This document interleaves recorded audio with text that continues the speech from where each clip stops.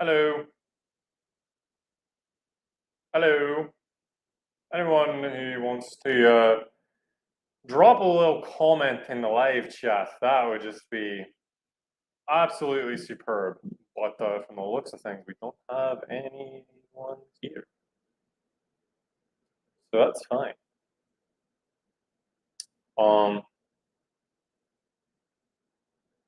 Right, that's fine. Right. Oh, Heiser. Oops, yeah, out of that.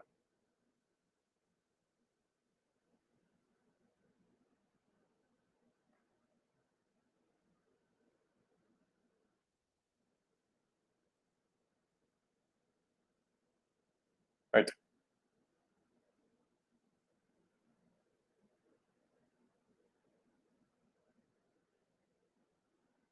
That should be a bad time. Hello, if anyone's here, little comments. While I set this whole crap up. I really tried. So for the last like 5 or so minutes, I've been trying to upgrade my Steam yard so that I could get rid of the little logos and I could have the little aesthetics I wanted. But nah, that's too much to ask. Some crap went on, so I couldn't do that. So this is gonna look pretty, unfortunately, shoppy. Whatever, that's fine. Screen share, screen share, screen share. Woo! There we go. Right. Screen share, go away. Stop, stop screen sharing at the moment. Right. Good times, I think. Maybe. I think that's what people call it. I think they call it good times. All right. Ah, not that. Ah, still not that. That. There we go. Okay. Um, or no. Okay. Oh, anyone who's there. To anyone who is there, and I don't know if there is, that's fine. It's fine though, because if there is not, who cares? It's all the same. Today we're going to be doing a little, what I call a live stream, and I think that's what other people call it too. And, funny little live streams, and this is going to be a little, anytime we use a good time. Cheers, Ravi. Cheers. Raf, even. Sorry, I don't know where Ravi came. There's no V in your name.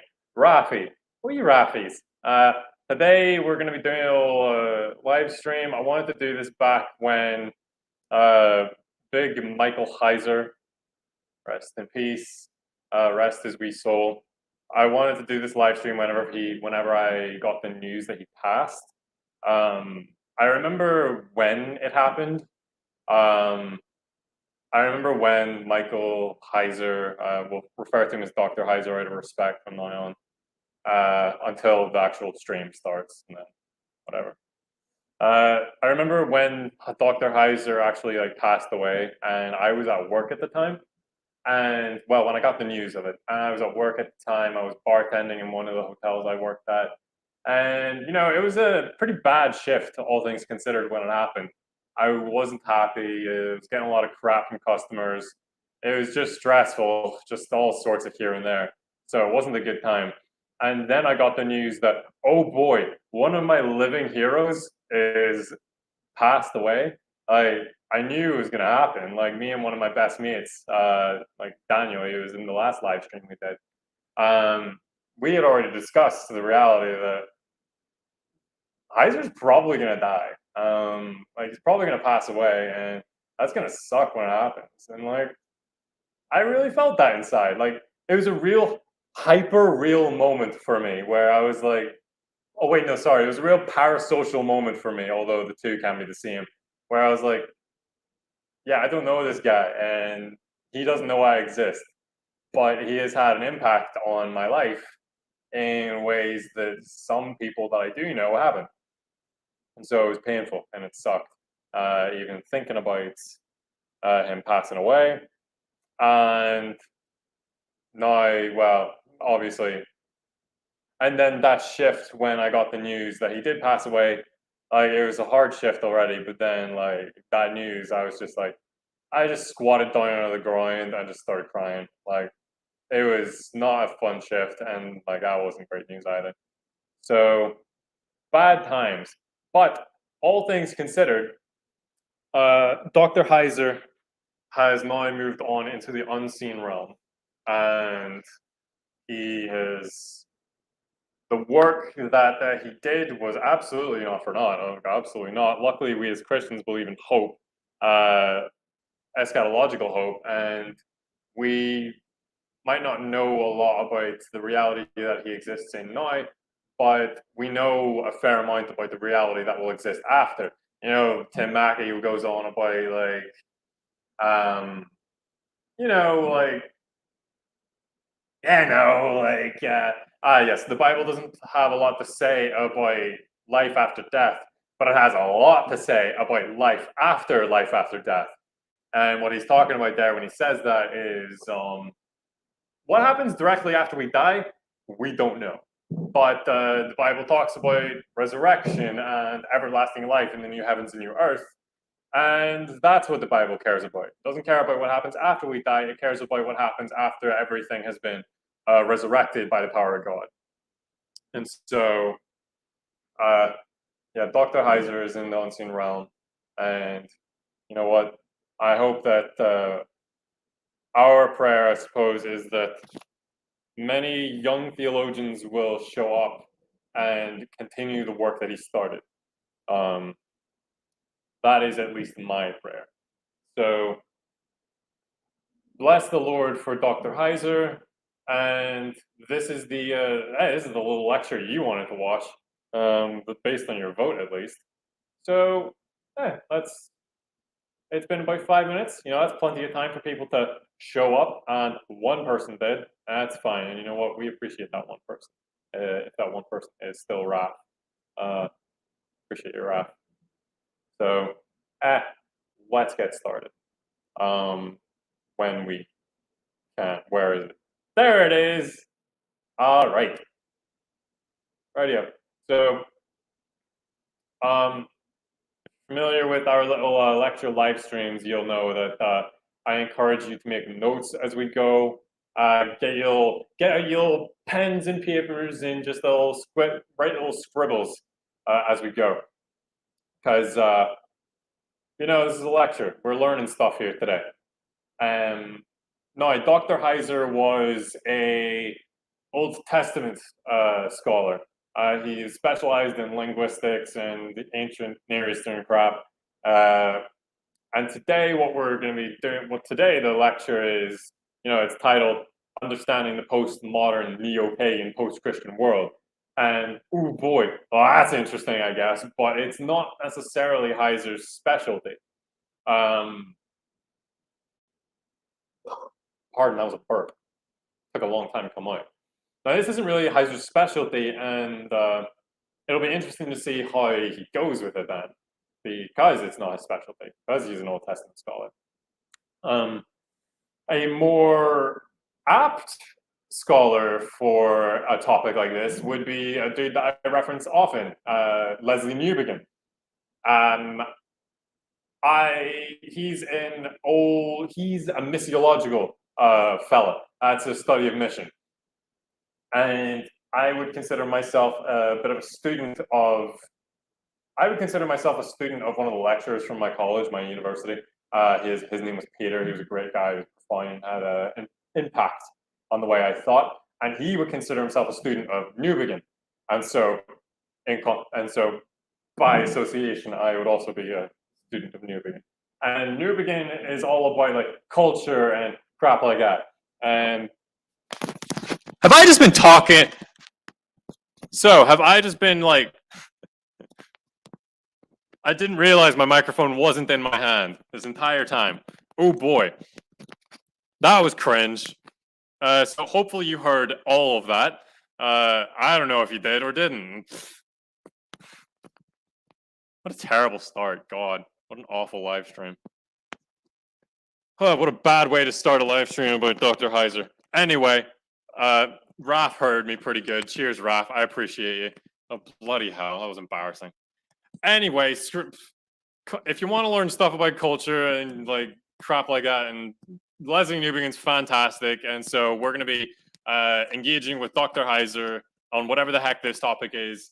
And because we're critical thinkers over here at Theocracy, I hope at least, we're going to be scrutinizing what he says, because I imagine, because he's a scholar, he would have wanted that in the first place. So, if you don't mind me, let's just freaking start. Bloody heck. Tonight, Let me know.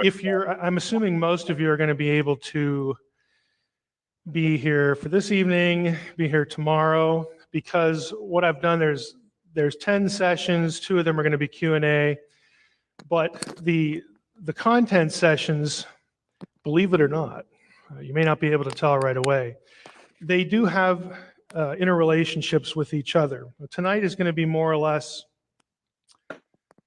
some things of an apologetic bent. We will get some of that, of course, tomorrow as well. Tomorrow will be the really biblical stuff. This is going to be, biblical related tonight because of just issues like worldview and how to think well. And I hope, again, just giving you a little bit of insight as to how our culture has found itself in its, I want to say its mess. I mean, one of its messes is just the propensity really to think poorly generally, and to also think poorly about anything that you sort of put in the traditional Judeo-Christian bucket. Okay, there are reasons for that. And so I want to talk about some of those things broadly, and then kind of steer the discussion into how, popular culture sort of peddles certain ideas.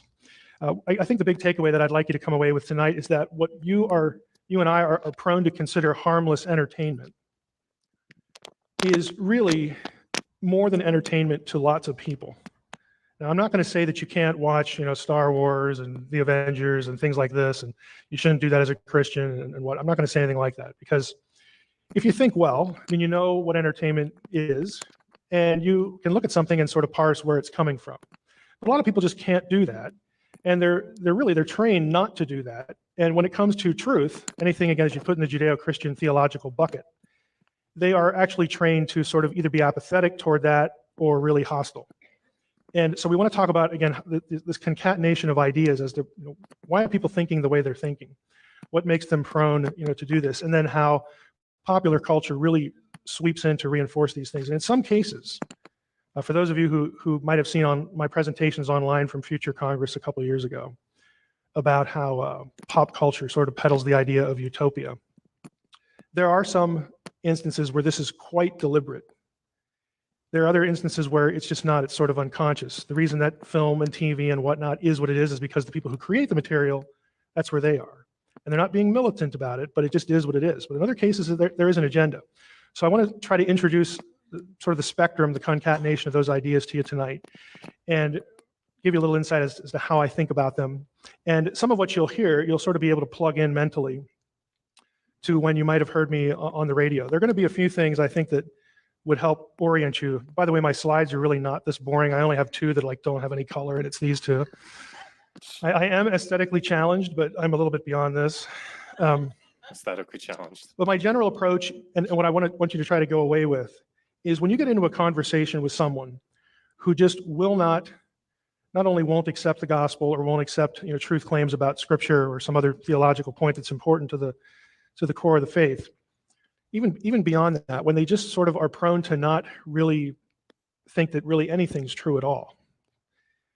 And they want to either peddle that idea on you or some other really strange idea. My approach is, look, show me the data. Okay, so that's so far, I'm going to address Raph until I see his second viewer. So, Raph. No, that's not fair. That's weird of me. Wag your finger at me. That was cringe of me. So Heiser is some interesting points that he's making. I can see parallels in if you read Newbegin, specifically Foolishness to the Greeks, which is the book that I'm familiar with most of his. It's the one that I reference in a few of my videos. If you experience my Wesleyan video on experience is the highlight video, especially when it comes to referencing Newbegin. You'll see stuff like so Heiser made some kind of reference to dudes peddling various agendas. Although I am skeptical every time I hear someone spew that word. Thanks, Fox News. You'll hear dudes peddling stuff like at least I'll reference Newbegin specifically, that in the modern Western cultural context, post-modernity, you'll see a lot of dudes being like, well, if it can't be like scientifically proven, then it's not something you should necessarily believe all too heartedly. If it's something along the lines of values, which, who can prove a value? Not the scientific method. Broadly speaking, then it's like, well, whatever's good for you, whatever's true for you is true for you. Whatever's true for me is true for me. Live and let live. Who cares? And if you are, hard to the idea that there are truth claims that can be made, et cetera, then you'll find pushback from that, unless it can be verified via facts and through particular empiricist methodologies. And so, broadly speaking, I think that's something that Heiser's referencing there. You'll see that a lot in Newbegin when he's providing an analysis of modern Western culture, which he interacts with a lot. I want you to be data-driven, and I'm gonna impress that upon you. It's about quantifying what it is you're asking me to believe. Because when you get into these conversations with people at work, even at church, really, but just sort of out about in life, and they're not accepting what you're saying. What in many cases they want to convert you. They want you to be on their side. They want to win you over. They want you to agree with them, and they need to know that in order for that to happen, they need to have something to say. It's not sufficient that they just believe something. You want to know why they believe it. So I want to impress again on you that you need to be data-driven. I'm big on primary sources. Don't tell me what somebody said, show me. If it's an ancient text, and this usually kills the conversation, give me the citation number, give me the chapter and verse, give me the line of that tablet, and I'll go look. And if you're right, well, then we can further the discussion. But usually people are just passing on things that they've heard. So it's important, again, to take people back and get them to realize that, especially if they can't produce it, well, maybe this thing I believe is sort of like a vacuum. There's just nothing there. And like I would say that the reason why dudes are like just peddling stuff that they've already heard, rather than doing their own primary source research, is because like who's got time for that? Like I don't have time for that. I barely have time for that. I'm working out here. I'm making that money. Snappy. Like who's got time to go, look for primary sources and research and crap like that, especially if you don't know how to research. Most people don't. So if you don't know how to research, that's one problem. And you don't have time to research, that's another problem. Then of course you're just gonna repeat things that you've heard other people say, because we're assuming that these dudes that we hear are authoritative in their own way. Like we can trust them. And that's, yeah, basically that would explain what Heiser just referenced there. So that's an important idea. Context is always important for what they do talk about. Coherence, I'm really big on that. What you say needs to make sense. The fact that you can say it and present it to me as a worldview doesn't mean that I'm either impressed or even interested, because if it doesn't make sense, I don't know how you're going to convince me that I should adopt it and hang anything in my life on it. And right away, again, in this culture, we're going to talk about the whole postmodern mindset. Well, Mike, you're just operating from that elitist white European Western system of logic. Okay, just trust me on this. The best thing to say to that person is, well, what other system of logic would you like to have a conversation in? Because if you're opposed to logic, you can't have a conversation that makes sense about anything. I could just give you the names of my dog and cat for the rest of the afternoon, and that qualifies because we're having a conversation. Okay, you need to make sense in what you say, Mike how destroys you say it, why you're saying it. It's postmodernism not with adequate facts just and to have logic. something to say. And you need to insist upon that and do it nicely. Okay? You also need to play fair. If you're going to insist upon these things from other people, for what they want you to believe, you need to be able to do the same. It's just courtesy. So with that said, Ah, look at that. let's Another get slide. into a little bit about postmodernism. I'm going to wet my whistle here a little bit. Now, this is a term. If anyone watching this, especially if anyone watching this knows anything about like postmodernism, like you actually have, qualifications in philosophy, that would just be astounding. If you could provide your own little funny little insights, that would just be the bee's friggin' knees. Let's continue. This is as lectury as we've gotten so far, especially with our live streams, because like usually we're just like looking at a dude just stand there talking like we did with Mackie and what have you, and especially Longman. But now no looking at Heiser. This is just slideshows. But hey, this is the live stream. This is it. That we've all probably heard. Banter and fun. This is really lectury. And I'm going to suggest to you it really means two different things. I'm going to leave that unbuttoned. Postmodern, neo-pagan, post-Christian. These are overlapping but not necessarily synonymous terms, and we'll talk about why tonight. Yeah, There are lots of worldviews out there. We know this. There's secular people that just don't believe anything about reality beyond the material world as science tells us it exists. We know that. You have book religions, Islam, Christianity, Judaism. Again, their theology is oriented to a specific book that they hold as sacred. Then there are spirituality people. They don't care about anything written in terms of a book to follow. They're more or less about looking inward, mystical experience, sort of inner knowledge, their own experience, that sort of thing. And there's really no boundaries. There's really no rules. And then you have NRMs, new religious movements and cults. Now, they all compete for space, but there are certain core ideas that drive them. And one of these is pluralism.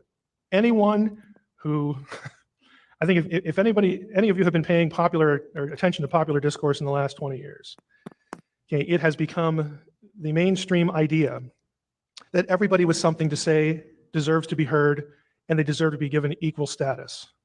Okay, it's just, it's wrong to insist that someone's wrong and someone over here is right.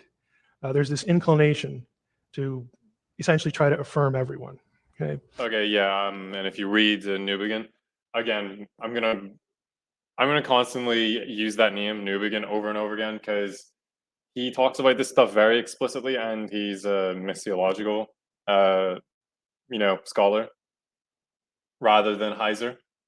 So, Newbegin says the same thing in Foolishness of the Greeks. That I'll just read the page like a bigger. It's wrong-headed to insist that one is better than the other, talking about values and beliefs, basically, and that this is one very strong element of pluralism.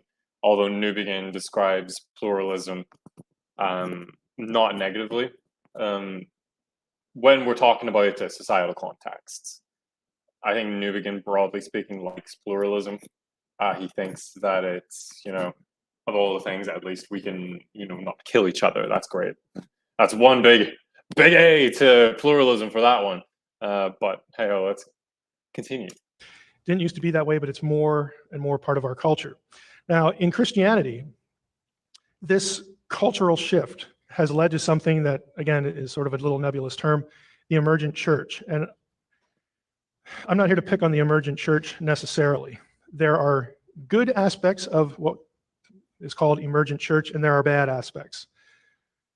We're going to talk a little bit about specifics tonight, but the good part of it is we want to think well to this cultural audience, to this time period, to this wider culture. We want to be able to think well and connect with them about truth and about the way we should live without giving up orthodoxy. So there's this churches everywhere have this internal turmoil and debate about how to reach the next generation, how to reach this generation, how to reach the young people, how to reach anybody under 50, that sort of thing. And it's because of these cultural shifts. So those are good questions to ask. They're important because they're real. There's another side to this, though, that really has altered the meaning of Christianity, where truth is something that's inward. Again, it's experience-oriented. We don't really do theology. We do social justice, that kind of thing. Now, I'm not saying, hey, Mike, I don't want anybody going away and saying, Mike said it's a good idea to treat people badly. Mike said it was a good Or idea Mike to is treat just people thrilled that we have badly. all these social problems and he just thinks they're great.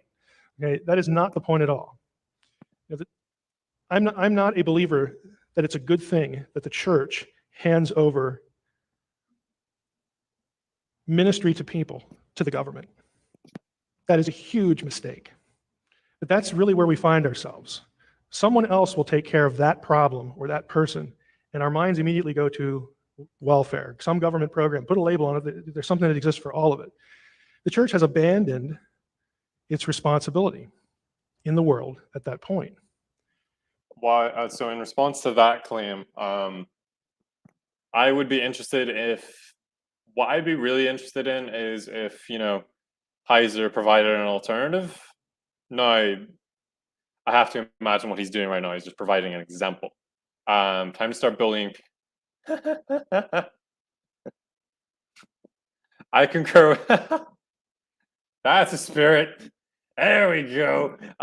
Yeah, his Heiser's claim just there about he doesn't like how we hand over ministerial responsibilities to the government. Now, I would love examples. I friggin' just want him saying that. I want examples off the top of my head. Otherwise, I don't see reason why I should believe that. Or what he means by those ministerial duties that we supposedly hand towards the government, like welfare and crap like that. Like, again, when it comes to stuff like that, I don't really understand what that means, or what is it we're handing over, or what is the alternative? What is the church's responsibility then if it's not the government's? Like, I don't know, but I mean, if he never talks about it again, but hey, Lily, hey, what up? If he never talks about it again, then I'm just going to go ahead and assume that it was just a passing reference and that we're not supposed to think about it too hard. But anyway. But that is not an argument for not caring about doctrine. Okay, that is not an argument that we can just sort of set aside because we assume people in our congregation are content intolerant. We're not going to talk about theology. We're not going to do theology here. We're going to do works. Why does it have to be either? Okay, it's not an either or situation, or at least it shouldn't be. I concur. So that's not where I'm going. What I want to again, just thoughts. Also, to anybody who's wow, this is the biggest numbers of viewers we have so far. Anybody who's just popping in now, love you. Thanks very much. Good to see you. Also, whip out your pen and pencil because this is a freaking lecture after all. We're making notes. I lost mine, so I actually can't make notes. You do it for me, please. But to Heiser's point that he just made, that it's like not either or, it can be both. Like, we shouldn't be sacrificing doctrinal crap. Blah blah blah blah. Yes, one of my favorite things about the pluralism is societal, cultural pluralism. That's what I'm talking about, not theological pluralism.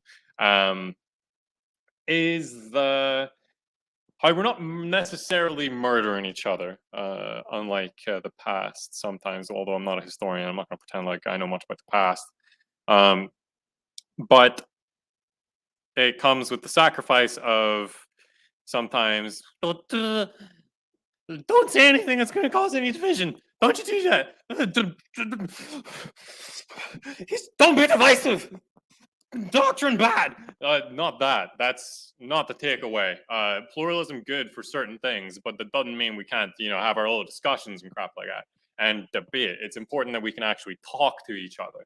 If we're incapable of talking to each other, then what happens is we don't change our minds. We just sweep our ideas under the rug if it feels as though we can't express them. And what does that do? I don't know, at the very worst, radicalizes those people. And we don't get to see who these people are. But being able to have conversations with each other and love each other, effectively allowing one another to say what we actually think is, I don't know. I'm just going to pretend like it's something good. I don't know. What do you think is, I don't know. I go to, though, is, again, sort of the intellectual side of it. How in the world how did this mind shift happen? And that brings us into this whole thing called postmodernism. Now, I'm going to Postmodernism. suggest to you that there are two ways to look at this term. One is historical, the other one is where we're living right now. And in the words of the great philosopher Boromir, one does not simply define postmodernism. See, if you haven't seen the movie, this is just not effective. But who I've has not not seen the movie. Don't answer that. Okay. There's this thing about you can't really define postmodernism. I get that. Michael I understand Heiser likes it, a but I'm meme. going to disagree with it a little bit. I Wow. think you can describe it. I'm gonna go get some water. Postmodernism is a reaction against, drumroll please, modernism. You say, well, what's modernism? Well, modernism is the modern mind. Well, what's the modern mind? And really what it's reacting to is not only the way modern thought has sort of propelled Western culture and Western civilization, but also that Western culture assumed certain certainties about life, about knowledge, about reality, about the way things are. So a person today, for some reason, again, we'll see why, really objects to the idea of scientific omniscience and human progress. These are myths to them. Science can be wrong. I have my Science water. is not about truth. It is about discovering things that are real. But it's not omniscient. Nothing is. Nothing can be certain. Human progress is an illusion. It's something we talk about that never happens. Truth propositions. There are no such things to the postmodern. Nothing you can say is universally true. It's not true in all times and all circumstances for all people. They reject that idea. Well, that idea is really core to Christianity and Christian ethics. And so they reject religious Christian truth claims, just don't want to hear about it. Don't want to hear about it at all. What they're really shooting at is epistemic certainty. Epistemology is the study, the philosophy of how we know things. And so they're saying, look, nobody can know anything with certainty at any point. So don't talk to me about Jesus. Don't talk to me about anything that will require me to say, this is true and this other stuff isn't. Just culturally, there's been a shift that has led to that point. This is not new. Okay, this is actually good news. This is not something that just sort of sprang up. The term. I just wanted the Heiser a meme lord. Yeah, he's a meme lord stuck in like 2007 flip, but like who saw that coming? Hey Billy Bob, I haven't seen you in a very long time. Hi. One sec. Hey. How you doing? It's nice to see you. That's all. That's all. Yeah. Again, because I'm not a philosopher and I don't really, well, I'm an armchair philosopher. I'm gonna call myself that. I'm a theologian, not a philosopher. I don't really know a lot about postmodernity, so when I hear Heiser talk about the stuff, I just kind of have to be like, fam, I'm taking your word for it, man. I don't really know. Oh, here we go. He's wrong about something. Yes, let's go. He's wrong about epistemic certainty. I don't think we can have epistemic certainty. I'm still a Christian. The lack of certainty in the world is why we live by faith. Right. Interesting. So I'm gonna keep this here, and you'll not see me. Although, actually, what I can do is, yeah, this is my little peeky hole. Here I am. Here we go. So, this is comfy. It's cozy. I hope we're getting to know each other real nice. Like, that's a nice smell you got on today. Is it Dior? I like NCYK. Anyway, epistemic certainty and how we can't have it. I find that interesting. So I listened to. I need to get the microphone away from my mouth. I know that William Lane Craig talks about how you can't have epistemic certainty. That like the odds are that if certainty means 100%, then obviously that's just not how that works. You can't have that. So philosophical certainty is just impossible. Basically, is his point. Although that is in a kind of more philosophical sense, you can still be. I say philosophical sense, like obviously that wasn't truism. Like you can still be very, very confident. Like I'm not. My lack of being a philosopher is coming out. lack of certainty in the world is why we live by faith. I'm going to critique that because this is something I know a little bit about.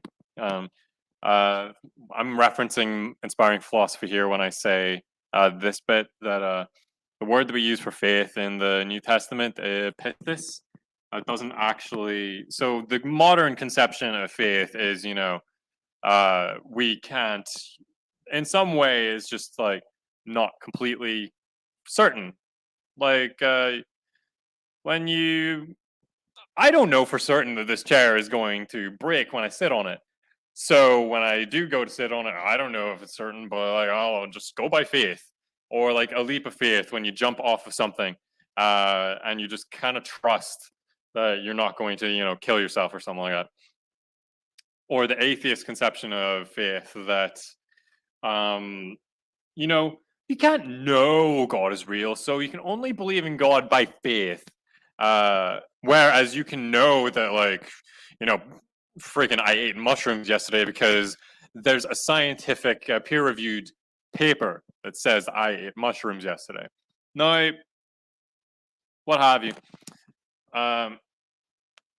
Lily's saying something here. Pistis equals trust, belief, the conclusion, not the method. Yeah, basically. Pistis is a strong confidence in something. It's trust. It's equal to trust, basically, in our modern context. Blah blah blah. This is Michael Heiser's time to shine, not Theob's. Let's continue. But yes, any more people who want to say Michael Heiser was wrong about this thing? I would love more people to say Michael Heiser was wrong about something. It just means that you're critically thinking, and I appreciate that. The term itself, coined in 1979, So thank you, that's new, Aiden. but this has been happening really since, I would put it, at the 16th century. The modern era, as historians, if you went to take a college course on history of Civ, the modern era begins after the Renaissance. Why That's is true. that? It was in the 1500s that we have the age of exploration. Europeans getting in boats, crossing lots of stretches, miles of water, and discovering what? New worlds, new people. How'd they get there? Are they really even people? Okay, that whole question. The age of exploration wasn't just crossing the Atlantic, it was going to places like India, China, a little bit earlier than this. It was only the late 1800s, mid to late 1800s, where people really got a grasp of what happened in antiquity in Egypt, Mesopotamia, and that's because the languages were deciphered and translated, and we get to read what those people thought about creation, about how humans got here, about how old their own civilization was. Okay, all of these sorts of things that really derive from the simple act of mostly Europeans, again, China was some part of this as well, but getting in boats and just going places and discovering things, bringing them back, and eventually we uncover, here's the point, knowledge that isn't in the Bible. Okay, think about where you are in Europe in the 16th century. This is the 1500s. You've had 1,000 years or more of one institution telling you what is true. Shaking. The Catholic Church. Okay? Now you had a Reformation in 1517 and thereabouts, and a little later in Geneva, Switzerland, and Scotland, and some of these other places. So a few bumps on the road, but it's still, again, oriented around the Bible. Okay, when you start discovering other things, and again, being able to read their own literature, their own primary sources, all this stuff, and this stuff ain't in there, it creates a bit of a crisis. What do we do? How do we look at the Bible anymore? How do we look at its truth claims, its truth assertions? How do we think rightly about it now? And of course, if you didn't like the Bible to begin with, this is a great opportunity. It's like, yeah, this is like ammunition. I've been waiting for this day. Now I'm going to use it to go shoot it at the Bible. Darwin sort of goes without saying. Darwin publishes in the mid-1800s, 1859, Origin of Species. Okay, that again converges with, again, some of the expansion, the explosion of all this knowledge that isn't in the Bible. So that doesn't help, again, when the Christian person stands up and says, this is true, this is not. Okay, you also have a little later on in the late 1800s, early 20th century, I have here in the notes, Einstein and relativity versus Newton. Do you realize This might sound foreign, but do you realize that up until Einstein, or I mean, he's the one that gets credit for it, but up until the people working in theoretical physics associated with Einstein in the early 20th century, everybody thought that Newton had the way the universe ran nailed. If you think back, way back into your history of civ course, you might have, either in high school or college, you might remember the phrase clockwork universe. Okay, that was Newton. Newton came up with mathematical formulas that explained everything, and astronomers were a big deal. They were the celebrities of the age because they figured out all sorts of things. This is why we were able to do navigation, centuries prior to this. Mathematicians, astronomers figured out, based upon astronomy, how to detect your location at any given point on the globe. You didn't just go Google, hey, where's Google Earth here? I'm lost in the Atlantic. Okay, you don't do that. Everything is based upon naked eye observation and math. And they were the celebrities of their age. And Newton is sort of the capstone of all this. And so by the time you get to Newton, everything is figured out. Well, not really. Einstein comes along and comes up with this crazy idea that things like space and time are relative. Theory of relativity. And when he's right, and when other physicists start doing crazy things like proving that, something happens to this particle over here, and a million miles away, that its counterpart particle, the distance doesn't matter. It's affected by this, and they're sort of connected, but there's nothing connecting them, but yet that's what we see. That's just weird. In modern cosmology, that's spooky distance. If you wanted to Google that, you could look it up. All sorts of really strange things that Newton...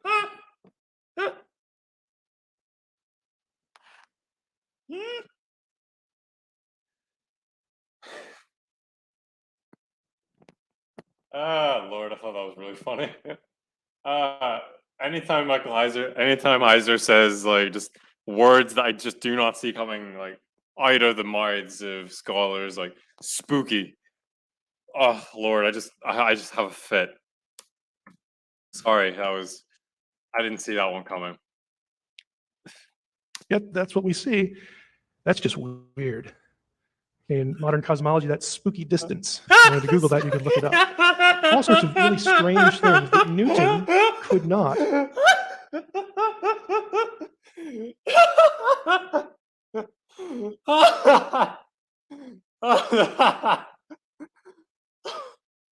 I didn't know. Oh, the spookiness what Einstein called it?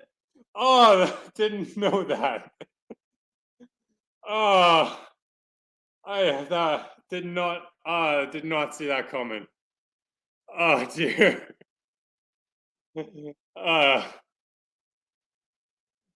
Oh Lord. Oh, the spooky distance. Oh, so that was. Oh Lord. There's one of my mates, Daniel. I referenced him earlier today. I hope he shows up. If he doesn't, I'm not going to be terribly hurt. He listens to Michael Heiser's podcast, the Naked Bible Project, and like he sent me a link to one of the episodes where Heiser says with a complete straight face, I don't know what he said, something. No, here's what it gets a little goofy. And like him using the word goofy, like Daniel told me, he says goofy. Here's where it gets a little goofy. My boy Theop, you're gonna freaking love it. You need to use that in a meme. And I was like, God, if he says goofy, I'm gonna bust open and split into two, just like freaking Marduk did to Tiamat. And he does say goofy, and I lost it, man. So hearing him say spooky, it just doesn't seem real. I love life. This is God said at the very beginning, and then it was good. Oh, heck yeah. Yeah, it was good. Anyway, sorry. I gotta continue. Explain and really couldn't even imagine. And when that happened, people are like, well, what else don't we know? What else isn't certain? I mean, if even things like space and time are like, could be this, could be that. What else is there? Just you got Darwin in the life sciences, now you got theory of relativity, and people are just wondering, how do we know what's real? And not only that, but then they're going back to the Bible and saying, look at all this stuff these guys are digging up, that they're proving, that they're discovering. I don't see the Bible talking about any of this stuff.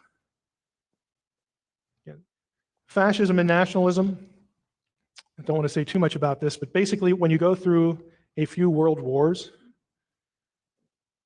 the phrase human progress doesn't mean a whole lot. Yeah, that's true.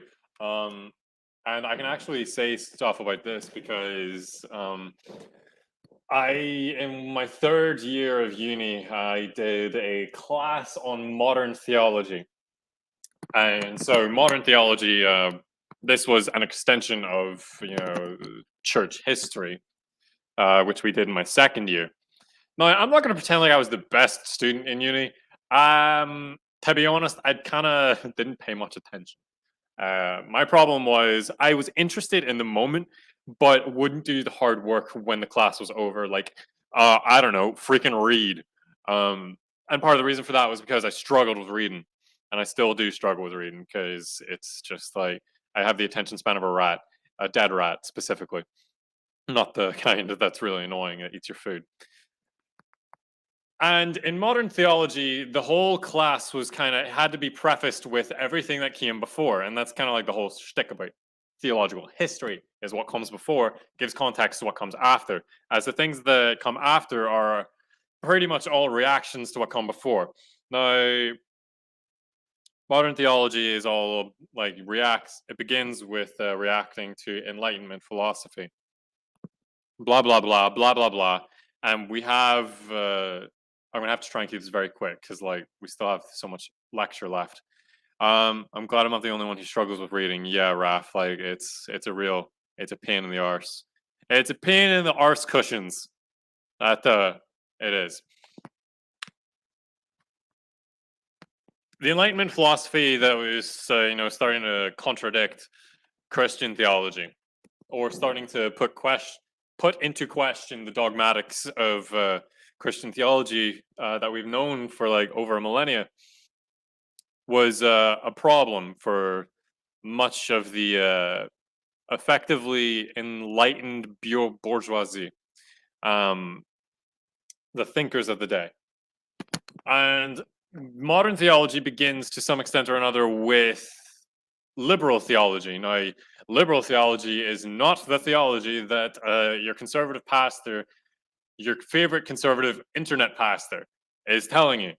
Modern liberal theology, and I am saying this because even in my modern theology textbook that I own, written by Roger Olson, who I referenced very heavily in my first ever series on this channel, Olson talks about liberal theology and specifically has to make the clarification. When I say liberal, I do not mean what you think I mean. What I mean is something very specific. And so you need to get those categories right. I'm not going to talk about liberal theology right now. I'm just going to try and reference it briefly. Friedrich, yes, here we go. Lily knows something about it. It's Friedrich Schumi. The name is Friedrich Schleiermacher. Friedrich Schleiermacher is the father of liberal theology and effectively the father of the beginning point of modern theology to some extent as well. Very, very important figure in the history of modern theology. Very important. I cannot understate that because he helped take theology out from effectively the criticisms of the philosophers of the time, who were criticizing theology for its dogmatics and being a load of crap and bollocks. Sorry, that word just came out like butter. Sorry.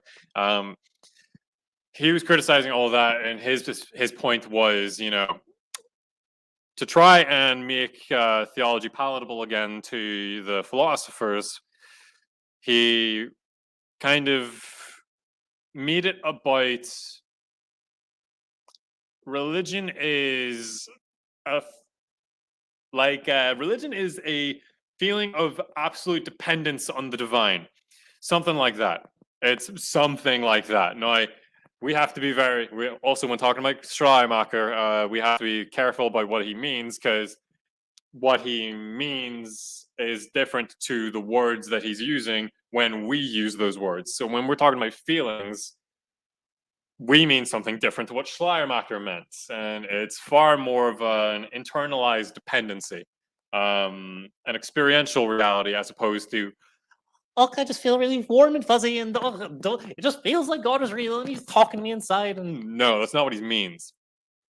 When it comes to Schleiermacher, there's so much to criticize, but at the same time, he was an apologist of the day, making Christianity accessible when previously, because of the time, it wasn't.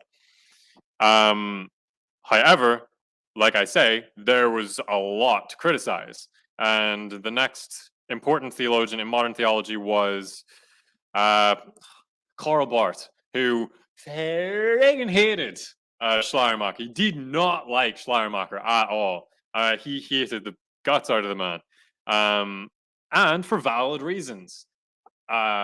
Like, effectively, Schleiermacher's theology led to kind of this whole, just kind of do whatever you want. You can justify things however you want, sort of dude. Schleiermacher's theology led to a lot of people kind of just like justifying their theological conclusions with, oh, but I have this dependency on the divine. One thing leads to another, and Schleiermacher's theology basically leads to Schleiermacher was a German theologian, and had a massive impact on German theology, and German thinking, basically. And Schleiermacher's, reliance on the divine kind of theology, pietist theology, which is, all well and good in its own right, led to a lot of dudes basically concluding whatever the hell they wanted, as long as they rely on the divine. And I'm just saying, one thing leads to another, and now Germany's going to war with the planet. Twice. And in the Second World War, I think it was, Karl Barth shows up and really freaking just like goes ham on Schleiermacher's theology. Anyway, the point being that in my modern theology class, yes, there was a big talk about how the world wars really kind of kneecapped the idea of scientific European enlightenment being a total upward curve into human progress. I talk about this in my video on experience. Who would have thought that, human progress can get kneecapped by, I don't know, being human?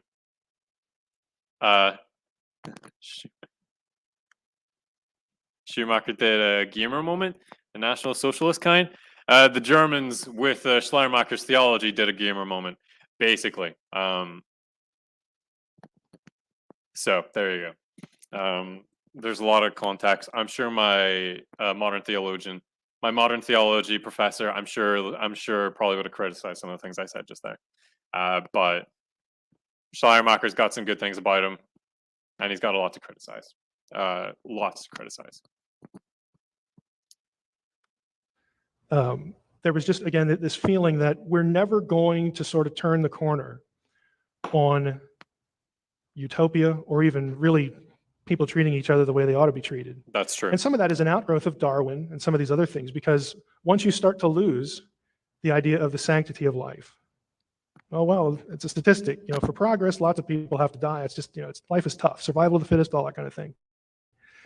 Just applied to humanity. So there are lots of forces going on from, within this thing we know as the modern world all the way into the 20th century. And the 20th century is when all this stuff starts to hit, critical mass. And there's this shift where really, if you're living in the mid 20th century and beyond, you are post modernity just by being alive. Your world is not the world of people living a few hundred years ago. They were certain about lots of things. But now, lots of people are not certain about lots of things. And you add to it this thing we call the internet, where in the 1950s, if somebody had a religious or theological question, who would they go ask? Johnny comes home from school and says, hey, this popped into my head while I was studying, and I have this question. They're going to ask mom or dad, maybe the grandparents, or the pastor. Okay, those are the gatekeepers of knowledge. in a bygone era. Who are the gatekeepers of knowledge now? Google, YouTube, you know, I mean, just Yay, these Google. portals where, yeah, you know, you might stumble across something good there. YouTube like me. Go to my white website, you of course will. But you find a lot of bad stuff too. A lot of just either misinformed nonsense or downright hostile material. But those are the gatekeepers of knowledge. And so there's this constant exposure and really overexposure This guy. to He's talking about ideas me. that are very much in the stream of our culture that rejects things like certainties in anything, that rejects the idea that there are truth statements to make that are really true. They're always true. People grow up unaccustomed to that idea. And, you know, as Christians, I mean, we can, you know, instruct our children, try to get the point across that, hey, there are some things that really are true and will always be true. And, you know, let's talk about some of those things in our churches and whatnot. But I think we've all of us could probably come up with some anecdotal story that in our efforts to try to reach the culture, the unchurched culture, that we are, or we can, minimize the need to just think well about theology, to think well about why we have different worldviews, and to really sort of know kind of how to approach, you know, someone who really just grew up in this. If we're not telling our people how to do that, or even that they ought to do it, that it's important. It's not just important that someone come to church and have a good time and meet somebody and form a relationship. You know, church should not be intentionally boring. Okay, relationships should not be ridiculed and shunned. Okay, I'm not saying any of those things. But if that's all that happens, then you are forfeiting your status as a gatekeeper of knowledge to the people in your congregation. People you know in church, people you know outside church. You are just forfeiting that role. And frankly, you're just telling them, I'll go YouTube it. See what you find there. It's just not a good thing. So should we be? I'd be interested in hearing some of your perspectives on some of what he just said. Like, should we be the gatekeepers of knowledge? I suppose within the context of this, because what kind of knowledge? I suppose theological knowledge. Should we be the gatekeepers of knowledge? Gatekeeper Billy Bob. Should Billy Bob, for example, should Billy Bob be a gatekeeper of knowledge? Do you trust Hylon? Do you trust this face to gatekeep your knowledge? Is that a face that you trust to gatekeep? Now, maybe there are gatekeepers of knowledge, and should that be us? I wonder. I don't really know. I want to hear your thoughts on what Heiser just communicated. Also, David Prime, hello, greetings. We love to see people say hello. It's nice and wholesome. Now, what we're used to thinking, again, is, hey, postmodernism means things just aren't the way they used to be. That's true. But it's a lot more complicated than that. Again, people they're at the place where they throw off traditional religious ideas. They embrace evolution in some form. And I'm not saying that's a necessary evil. You know, if what evolutionary theory says is correct, well, then it's true. Because why? Because this is the way God made the world. Okay, I mean, I'm not here to argue Ken Ham is shaking so hard right now. About evolution. I know Christians, really good, committed Christians on all sides, and there's more than two sides of that debate. That's sort of incidental, because you can do that and still do theology. But again, since that's a big part of our culture, you need to become conversant into what it says and what it doesn't say and all that sort of thing. And again, embracing science that's just sort of feeds off uncertainty. Where it's led is that there's almost a militant skepticism in our culture today. And that's really what people get currently if you go off to your college classroom and your philosophy professor or someone else starts talking about postmodernism. It's this extreme sort of radicalized skepticism and antipathy toward anyone else who's not skeptical. I mean, you can talk about truth all you want, but if you claim to have discovered any, then you're like a target.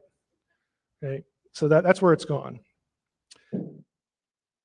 I want to react a little to Aidan Jones's comment here. So he says, what's interesting is that people think that strict theology leads to fascism, and it can.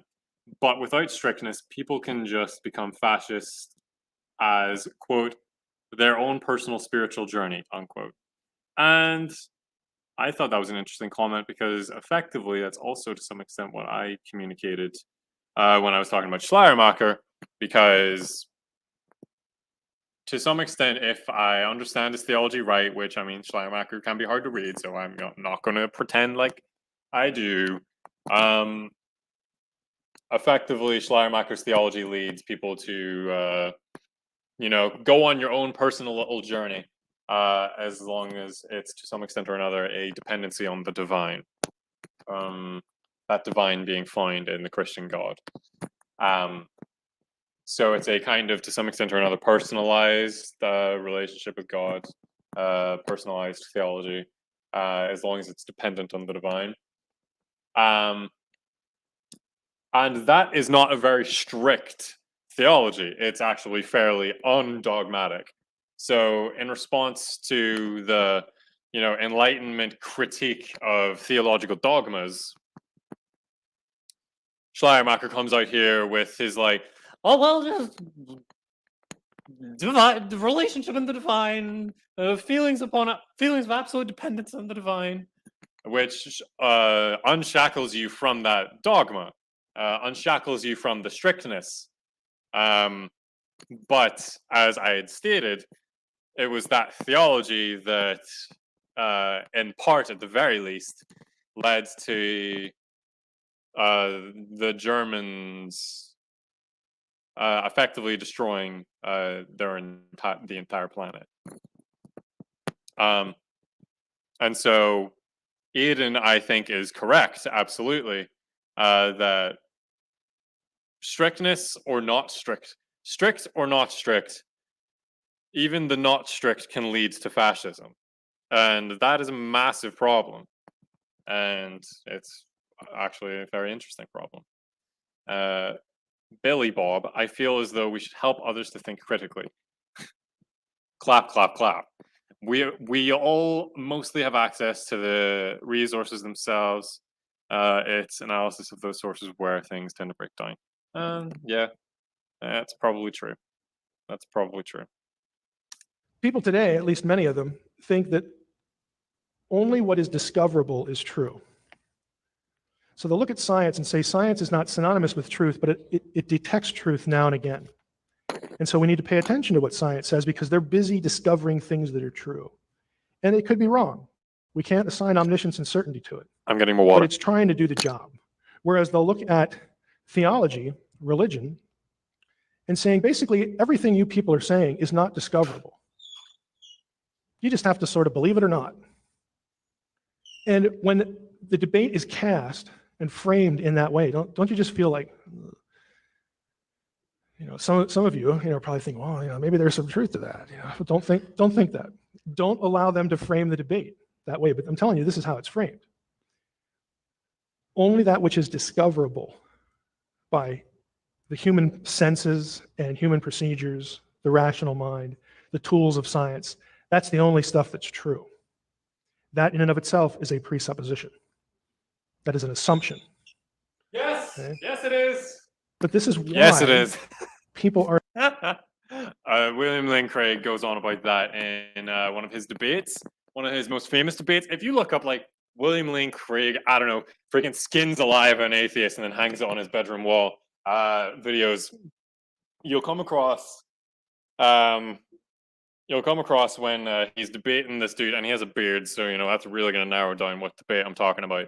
He's debating these dudes, and the other dude's give me 5 things that science can't do, and where Craig gives 5 things. One of those things is science can't prove science in and of itself. It has to presuppose itself in order to just exist. So Heiser's right. Anyway. Are intellectually inclined in that direction because they have been fed this idea. It can only be true if it's discoverable by tools that we can actually utilize and use, people we call scientists. We're not going to make them magicians anymore. My water in the kitchen? We're not going to make them high Right. priests and just say, well, whatever you say is absolutely certain, because you could be wrong, but you're at least trying to lead us to the right path. You're at least trying to do something that's discoverable. So when you go down that path, that means theological ideas, ethical ideas that stem from a Judeo-Christian worldview, which is really sort of driven by the idea that there is a God and that God has certain expectations of humanity. And if God isn't discoverable through science, then they're going to say, look, the bottom just fell out of what you believe, because they frame the discussion that way. There goes your ethics. Don't tell me that there's absolutes in ethics, because God cares if you do this, or A or B or X or Y. What you're saying that I need to believe in is not discoverable. Again, they're continually framing the issue that way. And pop culture drives people this way. Any movie that has the scientist as a hero and the person who believes something that's not discoverable is the doofus, okay, or the someone who just gets shown to be wrong in the end. That reinforces the idea. Okay? Fair enough. Now, a lot of people are really forced into a decision then. Is there a reality beyond science? Some will just say, forget it, no. And they're going to be the atheist, materialist kind of person. There is no reality beyond the material world, and science is trying to figure out how it works. It's trying to discover it for us. That's it. Draw the line right there. Then you'll have other people that say, well, I'm not really sure about that. And then you have to ask yourself, well, why isn't that person sure? Why am I not sure? Why, you person I'm talking to, why aren't you sure? And in the old days, it would be something like, well, because the Bible tells me so, or because I read this in the Bible, or my pastor said this, or this isn't the way my parents taught me. Well, now, again, in the absence, we've had this cultural shift, and this message has been beaten into the minds of so many. If you're not an atheist materialist, there are multitudes of people around you at work, and yes, even in your church and in your own family, that the only reason they're not that is because of some experience they've had, or an experience that someone else has had that they know and trust. It has nothing to do with rational theological articulation. They want to be spiritual. This is what people mean when they talk about spirituality. I want to believe that there's something beyond this world, but I don't want a pope or any religious authority telling me it is. I'm just not interested in any authoritative teaching. What I'm interested in is my own experience, experience of someone else, something anomalous in life that science really doesn't have, nailed down. That convinces me that there's something else out there. And I'm going to do what I can, maybe through meditation, maybe through reading, maybe through listening to lectures or podcasts. I'm going to do what I can to sort of learn about the mystery that's out there and that's within. In other words, it gets what fills the gap is not the notion of biblical authority. It's not the notion of any authority. The authority becomes me, you. Again, driven by experience and things that you can't explain and don't know that anyone else can. And so that keeps you going. And for some people, it drives them and compels them to all sorts of really strange beliefs. Later on tonight, we'll get into some of those, just what people sort of replace God with, what they replace biblical authority with, because they don't want to just bag the whole thing. They don't want to think that when they die, that is just totally it. They want to think that when they die, there's something else out there. There is an afterlife. But they reject the idea that the truth about this afterlife is in a book somewhere or is in a religious authority, because their culture has told them to reject that idea. And history, the transition out of the modern world into the postmodern world, has trained them to reject that idea. But they still want it. If I can rabbit trail here in biblical speak, it's the God-shaped void in every human heart that Paul talks about in Romans 1. That's what that is. There's a sense, even if you can't define it and you don't know what to fill it with, there's a sense that you know it's there. I think I also referenced that sort of idea in my experience video. A lot of the stuff that Heiser is talking about, in some way, I sort of reference in that experience video. If you've not seen it, check it out. It's there. It's got a little photo of Wesley on it. Good times. I don't know if I'm necessarily agreeing with everything Heiser here is saying. It's just that the bits I think I may or may not disagree with, I just don't remember. My mind is here and there, which happens a lot, unfortunately. Here we go. Let's just look at what Billy Bob's gonna say. Kind of off topic, but I'd love to see you do a video on Kingdom in context. Bro is off the blimey plot. A video on Kingdom in context? Bro is off the blimey plot. I don't know what that means, to be honest. I do a video on Kingdom in context? Give me a sec. Giz a wee sec here, bruv. Giz a wee sec, yeah, love. All right. All right, then, bruv. You give me a wee second, yeah. I'm just gonna screen share very briefly. We're gonna. You must. Yes, he's a YouTuber. Okay. Right. I'm gonna screen share. Okay, I'm gonna stop screen sharing that, and I'm gonna screen share something else. We're gonna go look for this. Whoever the heck Billy Bob's on about.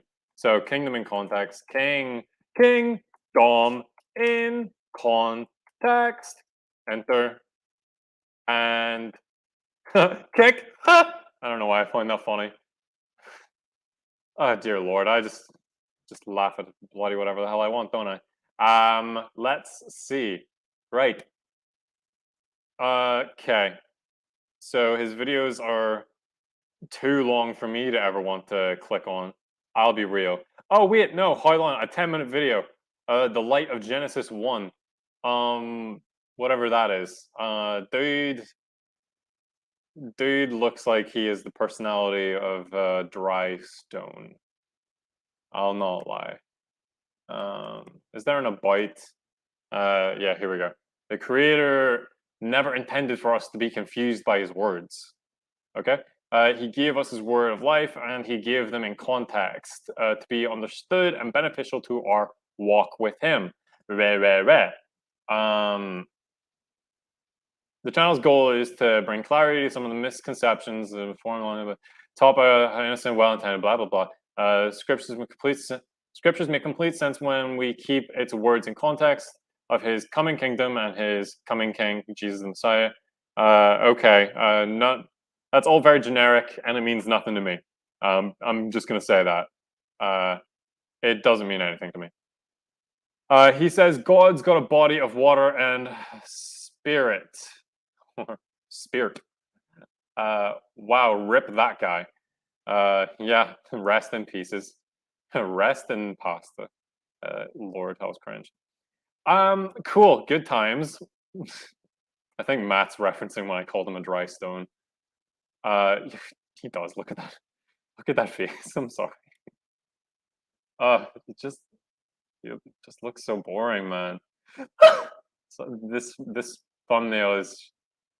I don't know, man. These thumbnails are just. I'm bored about I'm bored at the content, and I haven't even started it. Oh, a discussion on biblical cosmology with inspiring philosophy. Is it a debate? Are they debating each other? I would love to see that. Oh yeah, I'm down for that's a 15-minute video as well. That's great. Oh yeah, let's go. Frick's sake. Yeah, yep, the dry stone, lol. Thanks, Matt. Thanks, Billy Bob. That was a hell of a. Dr. Heiser just said, "Let me go on a rabbit trail," and then Billy Bob gives me a rabbit trail to go down. All right, enough of the dry stone. Enough of that. Stop screen sharing that. That's totally something. If anyone wants me to watch one of Dry Stone's little videos on a live stream, like we can do that on another day. That's fine. But we're watching The Good Doctor, Big H Heiser. If it would let me, just be super duper amongst other things. Okay. Right. Hi, friend. All right. Are you friends with Inspiring Philosophy? Loved his video you shared debunking the atheist historian. Yeah, that was Matt's referencing something I shared on Instagram. Go follow me. Go follow me on Instagram. I keep the channel updated over there, and actually, you also can have an impact on what the channel looks like on Instagram. But no, I'm not friends with IP. I'm just like the little schoolgirl in Japanese anime, just staring little heart eyes at my senpai, but he never notices me. And I rest in peace every single day. Anyway, the good doctor, I am a scholar, oh God, stop. I'm being distracted, hell. You know something's missing. But again, the culture has sensed it's the God-shaped void in every human heart that Paul talks about in Romans 1. That's what I that talk is. about it in my experience video. There's a sense, even if you can't define it and you don't know what to fill it with, there's a sense that you know it's there. You know something's missing. But again, the culture has sort of beaten one answer out of you. And this is what people are left with. Again, and when you turn inward, then what's right and wrong is really determined by you and your circumstances. And you may have the best of motives, but maybe it's just time to end my marriage. Maybe it's just time to do this or that. Maybe it's okay if I steal a little bit here from the company, and I don't really have any alternative, and I'll put it back, and I'll do this and I'll do that. I mean, there's all sorts of ways to rationalize decisions. And maybe I'm doing it to give to somebody else, or I'm doing this thing that someone would call evil so that someone over here will benefit. Again, your ethics just sort of gets contorted.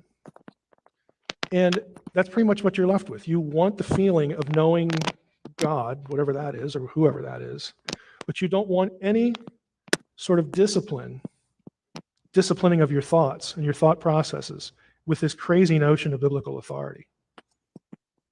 That bugs you. Again, truth to the postmodern is individual and internal. There's an appeal to experience. It sounds like Oprah, doesn't it? Oprah, the systematic theologian. I mean, this is from her textbook on theology. It's from Eckhart Tolle's textbook on theology. Rip Oprah. Being in Oprah's book club. But this is where they're at. I mean, how many times have you heard this stuff? I mean, these are catchphrases now. They're buzzwords. You hear them everywhere. And don't, when you hear them, don't think, well, this person's really a flake, or man, this person just is like one brick short of a load. Don't think that. What you should think is they're looking. There's a void there, and they're searching. Yeah. They're trying to fill it. I know what the void is, and that's actually like, it should be a signal to you that this person is ripe for discussion. Even though they're going to resist, they're going to fight you the whole way. All that's, we all know that that's true. But that person is ready for a discussion because they know something is missing. This is just, people are trapped in this. So for the postmodern is someone not troubled by ambiguities. Why?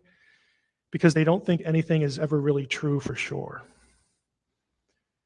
You will not be able to convince someone that their thought processes are incorrect and yours, what you're trying to tell them, is.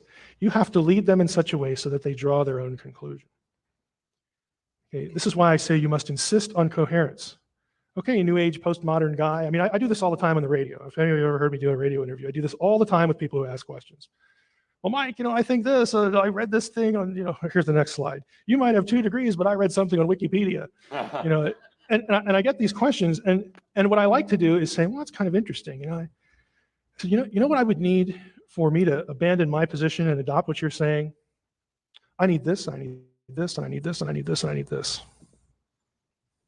If you can give me coherent reasons for why this makes sense to you, why this orders your world well, okay, why this is coherent in your life and would make the world a better place. And it would just make sense to everybody if they just discovered this thing you want me to believe. If you can give me the grocery list of the 5 or 6 things I need to come to your side, then you got me. And if people really do that, what usually happens, and again, in my experience, is most of them won't do that because they'll get about one question in and they'll know, like, oh boy, I have no idea why I think that. And then that either scares them, and it's like, I don't want to talk to that guy anymore. Who's George Norrie having on next, tomorrow night? I don't want to talk to that guy anymore, or it'll click. And it might take more, it might take 10, 15, 20, 100 conversations, but you just keep coming back to them. Well, I want to believe that. You're a nice guy. You're a nice girl. You know, I don't think there's anything sinister going on here. I'd love to believe that. But you know what? Here's where I stumble. I don't understand it for this reason, this reason, this reason, this reason, this reason. Can you clear that up for me? And if you can, I'm with you. I know that the 5 or 6 things that I gave them have no basis in rational thought.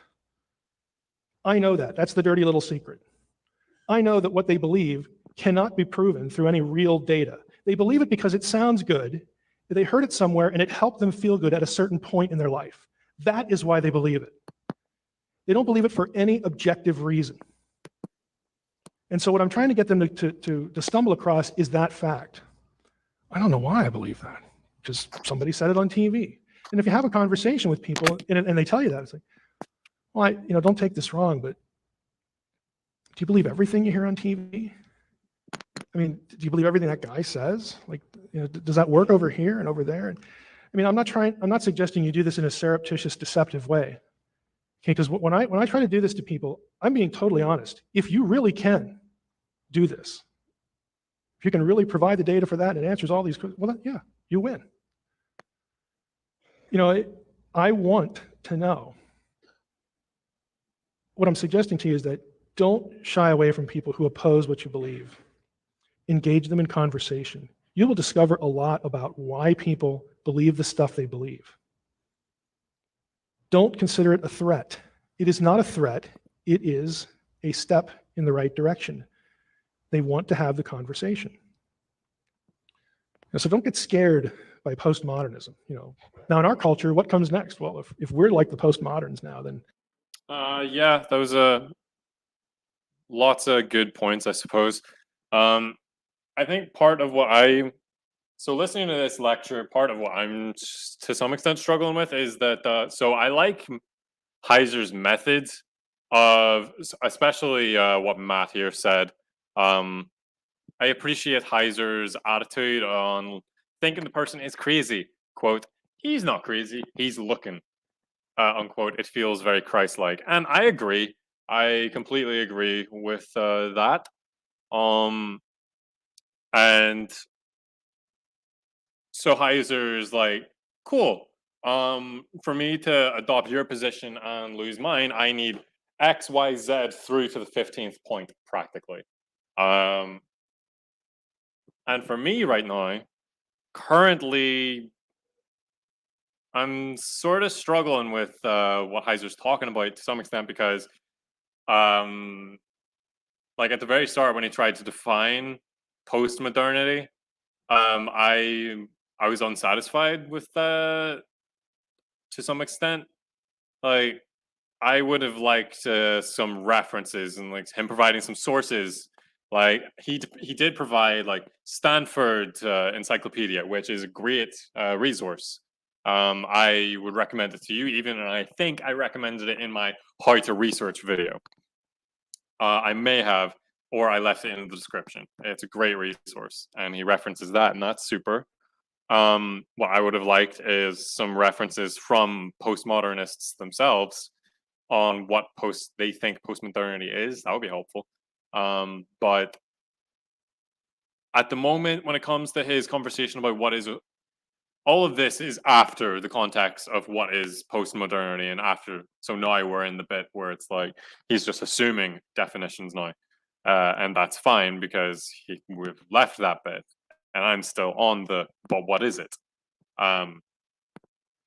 And I said earlier, I kind of just have to take your word for it here, Heiser, like that you're talking about postmodernity and you know what you're talking about, and that what you're saying is accurate. And so I'm taking everything Heiser is saying to some extent with grains of salt, because I'm not entirely satisfied with how he defined postmodernism, which let's look at the actual contents of the thing. My general approach, that's his method. Our focus today, that's what we're going to do. One does not simply, one describing postmodernism was that entire bit. And like, I think he was kind of just describing like somewhat the consequences of it more than definitions. And like discussing the consequences of something isn't the same as discussing it. What is it definitionally? So I don't know. I don't know how satisfied I am with his overview of what postmodernism is, but as far as we are right now, I'm just taking his word for it, and I do see it in parallel with Newbegin's work, which, hey ho, if you don't remember, I was talking all sorts of smack, good smack about Newbegin earlier today, and he's a missiological scholar. Very good stuff. Anyway, continuing. What's going to happen next? Well, it's already happening. We're living in a post-Christian era, whether we like to admit it or not. That pretty much is where we're at. We have lots of doctrine-less religion, even in our churches. We have lots of faith talk, but we have very little doctrine. And when I think of doctrine, I think of people being able to explain why they believe what they believe with Scripture. That's all doctrine is. Right. I am convinced, and not just because I got nearly 200 people looking at me here, which is, I mean, I'll be honest, I didn't expect to get 200 people. So I consider this a rebuke to me. I do. But I will tell you this, even though I didn't expect a big audience, I am convinced that the average person in the pew is dramatically underestimated by pastors. We assume that people have a low tolerance for content. Okay, a lot of them do, I'll admit that, but a lot of them don't. A lot of them, they couldn't tell you the last time they got hit by content. They might not know what it feels like. Then when they do get hit by it, a lot of people don't reject it. A lot of people don't say, well, that was a waste of time Sunday morning. A lot of people think like, wow, I never saw that before. That's really interesting. There's something here to think about. What do you know? That's what I mean, again, by doctrine, just being able to coherently explain why it is you believe what you believe. And yeah, it goes back to the Bible, and your question is, well, why do you believe that? Well, that, we'll talk about some of the presumptions, the presuppositions that go with it. Do you agree with what Heiser was just saying? I think that I am remarkably disappointed with the lack of if we think of churches like school, for example, and the entire Sunday is the entire school week, then everything else during the week is extracurricular. So if we think of it in like kind of schoolish terms, then I am remarkably disappointed at the lack of extracurricular activities in church, specifically like teaching, discussion groups, theological discussion groups, especially as the doc is spitting RM.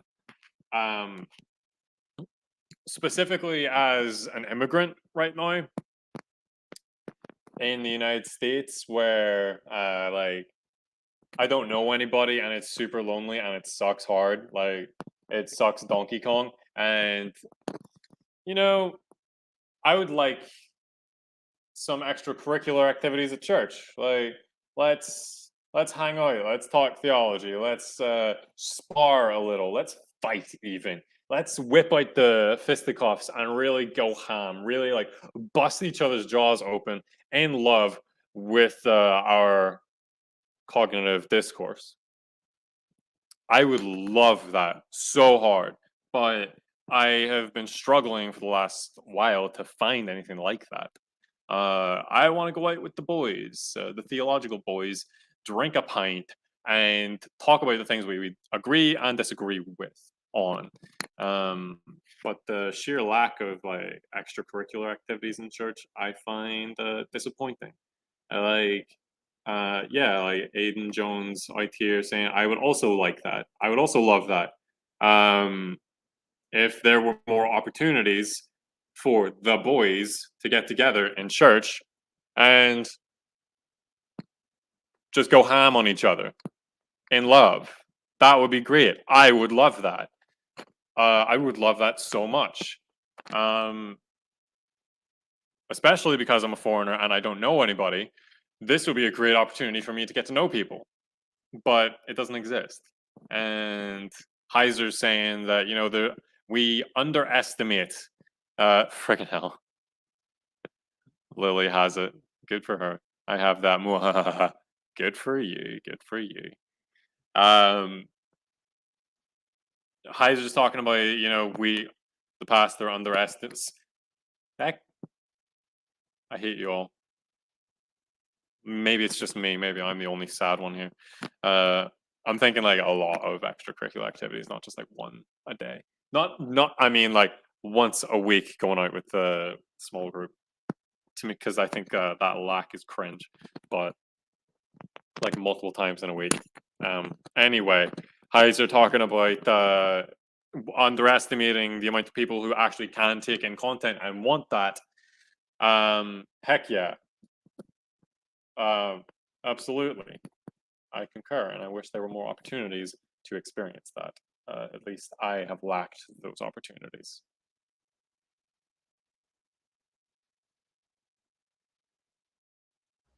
But what I see in Christianity is basically you have three things happening.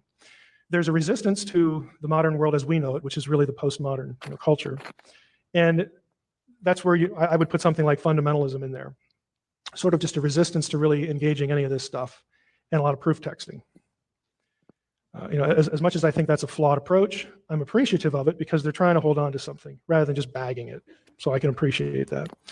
That's a really interesting way, especially to talk about stuff like fundamentalism and what have you. I'll go back a bit. Really the postmodern three presumptions, the presuppositions that go with it. But what I see in Christianity is basically you have three things happening. There's a resistance to the modern world as we know it, which is really the postmodern culture. And that's where I would put something like fundamentalism in there. Sort of just a resistance to really engaging any of this stuff, and a lot of proof texting. As much as I think that's a flawed approach, I'm appreciative of it because they're trying to hold on to something rather than just bagging it. So I can appreciate that. Some want to challenge. Yeah, that's a very interesting thought from Heiser right there. I've never thought of that before. Appreciating the fundamentalism even for whilst it's a problem, appreciating it for at least they're trying to hold on to something. That's good.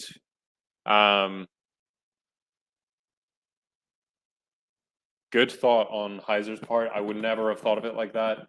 I probably wouldn't have ever thought of it. So I'll have to give him kudos for that. Nice.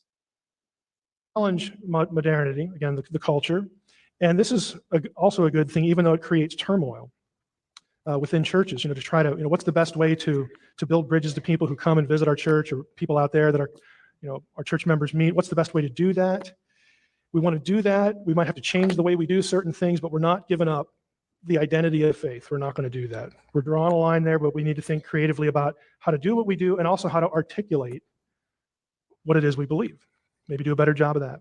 That's good. Yes. But then you have another group that basically they acquiesce. And they pardon the pun, they have a facade of Christianity about them, but it's unrecognizable when you get to talking about what it is they really believe. I want to focus on these two, and really mostly the last one in what's left of this session and as we keep going. Both strategies, let me go back, both those who want to challenge modernity and keep orthodoxy and those who have abandoned orthodoxy, they both use the term emergent. Okay? And that's, again, a problem for lots of people because you go and visit churches, you talk to other Christians, you don't quite know where they're at. And the bad part of it is you define the faith out of existence. And what you're left with is you're left with what I would call evangelical paganism. I don't mean paganism like we all dress up in robes like druids and we, hey, is this, is this the year that church is going to start that annual trip to Stonehenge and we all get to dance around? And I'm not talking about paganism like that. I'm talking about paganism in the sense that truth is now something that is internal. Truth is found by connecting ourselves and appreciating nature. Truth is found in relationships and appreciating the synchronicities of life. I hate that term, by the way, synchronicities, because you know what it is? It's a replacement for providence. Okay, I hate that term. Okay, that's out of my system now. Mm-hmm. But this is what it is. It's all this sort of relational mumbo jumbo stuff, and then we have to throw in the name of Jesus here and there so that people don't conclude that we're not really Christians anymore, and that's what you're left with. I see too much of that happening as well. Again, we replace, again, activism with doctrine. Now, I want to say before we wrap up, I want to say a couple of things. I don't want to leave you hanging about just addressing the criticisms of postmodernism and the way it sort of attacks really thinking, the way it sort of attacks, yes, traditional Judeo-Christianity, but also some of its claims. Now, I would, to try to make this a little practical, I'll just jump Yes, in. practical. I might have to pardon myself with a few illustrations here, but I think they're good. If your theology doesn't have any practical elements, that is praxis, then it's not always all that helpful. So it's good Heiser's whipping out some of the practical elements. Theology with praxis is very, very important. I would say, first of all, that the whole notion that you're going to meet many people out there, again, don't tell me that something is true and other things are not true. That's just not fair. It's not good. It's not politically correct, whatever you want to call it. The idea that everything is uncertain, the denial of certainty, is self-defeating in life. It's unlivable. No one lives like that. That I can't believe what I'm hearing. I can't believe what you're saying because there's no such thing as certainty. No one believes that. No one really lives it. Communication is impossible if that's where you're coming from. I would say, illustration. Show me the postmodernist who walks into the hairdresser and doesn't assume that what they're asking for you to do to their hair is understood. Okay, when you go into the hairdresser and say, hey, I want this and that and the other thing, you assume that your communication to that person is just fine. And you assume that they hear it, and you feel certain that they hear it, and you're okay with that. How many people walk into their urologist, okay, and say, hey, doctor, you know what I'm here for procedurally? I would doubt that you could find anyone that thinks that they're going to come out with something other than what they went in with. Okay, but if you're a postmodern, this is what you're asked to believe. You're asked to believe that communication, successful communication, accurate communication is just impossible. Or it's so hopelessly uncertain, and I can't successfully interpret anything. I'm not omniscient, so I'm just going to throw it all out. You don't live that way. You don't live that way when you go to a restaurant. You don't live that way when you discipline your kids. You don't live that way when you fill out your tax form. You don't live that way when you call the helpline to some appliance that doesn't work. Nobody lives this way. But it sounds so good. You know why? Because no one will admit they're omniscient, because you're not. We all know that we're not omniscient, so, well, he's right. I can't really know everything, so I guess I shouldn't believe anything. That's what postmodernism asks you to believe. It's insane. It just doesn't conform to reality as every person knows it to be. So the whole assumption is just dumb. I wouldn't say that to a postmodern person. I'd try to find a better way to say that. But the whole thing is just dumb. It's unlivable. So imperfect interpretation is livable. Okay? Requiring omniscience or total certainty is just not.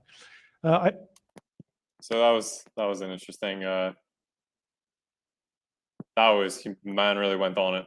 Man really went for it. There it is. Also, I've noticed that my comments section, the little live chat, has been really wholesome. The entire time it's been wholesome, but it's been getting especially wholesome over the last 10 minutes. So that's really nice. So I appreciate everyone loving each other and showing really wholesome love to each other. It's really sweet. I like that a lot. But I'm gonna just look at some stuff. Yeah, let's Orange Face Friday.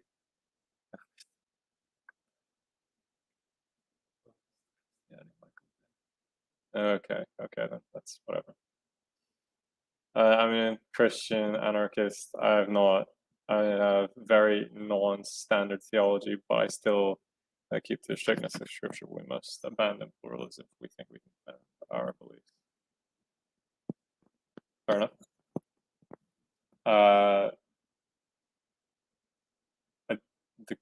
Sorry, I was thinking about that Michael Heiser comment and was like, I didn't like that. Dislike. Smash the dislike button on that one. Entirely just because I don't know if it's supposed to be a joke or whatever. I have very non-standard theology, but I still keep to the strictness of Scripture. We must abandon pluralism if we think we can defend our beliefs. I'd be interested if you unpacked that a little bit. Because I think pluralism is helpful for the sake of just existing alongside people we disagree with. But and I have no idea if you're having a conversation with Lily. If you are, then that just changes things and I'll just shut up. But I'd like to that was unpacked a little because I think pluralism is helpful to exist alongside neighbors you disagree with. But my critique on that is that it leads people to thinking that in order to keep the peace, we must never talk about the things that are important. And I say, no, we must talk about the things that are important, but we can still love each other in doing so. And so the problem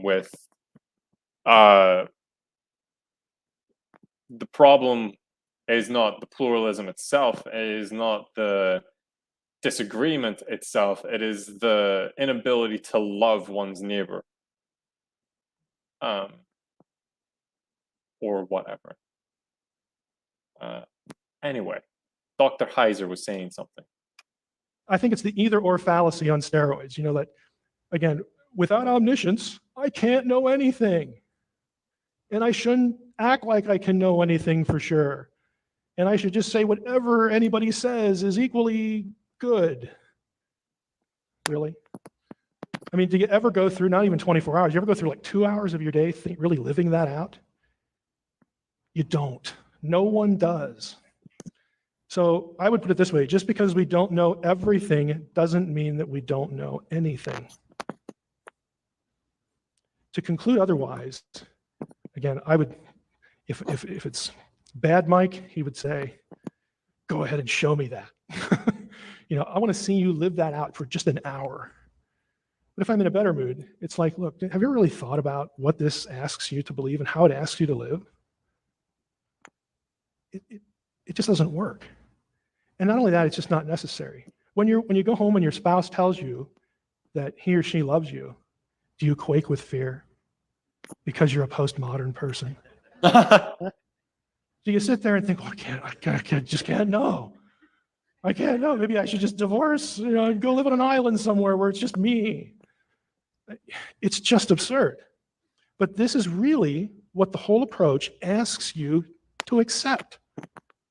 Because you can't know everything, and you can't know anything.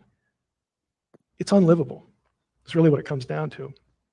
So as far as religious claims go, I would say that religious claims Yeah,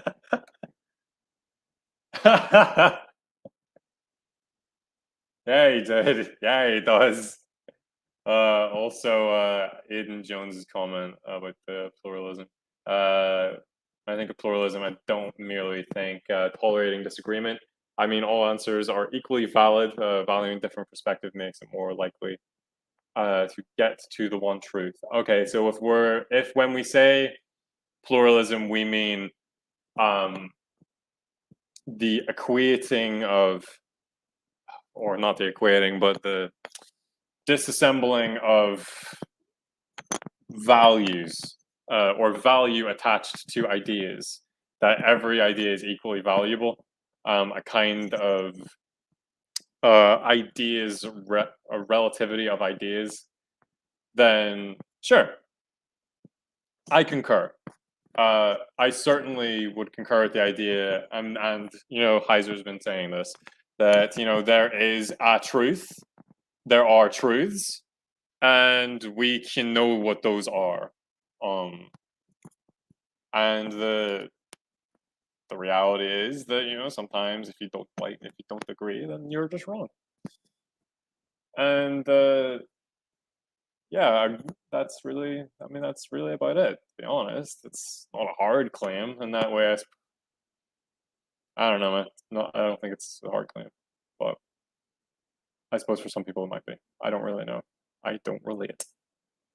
anyone from any religion. They can be tested. Okay, they're not discoverable with the tools of science. We didn't dig that up. We didn't put it under a microscope, but they can be tested for coherence. So let's test yours. Let's test mine. We're going to play fair here. Which one makes more sense? You get theism and very specific ideas that extend from it. What we believe is actually really simple.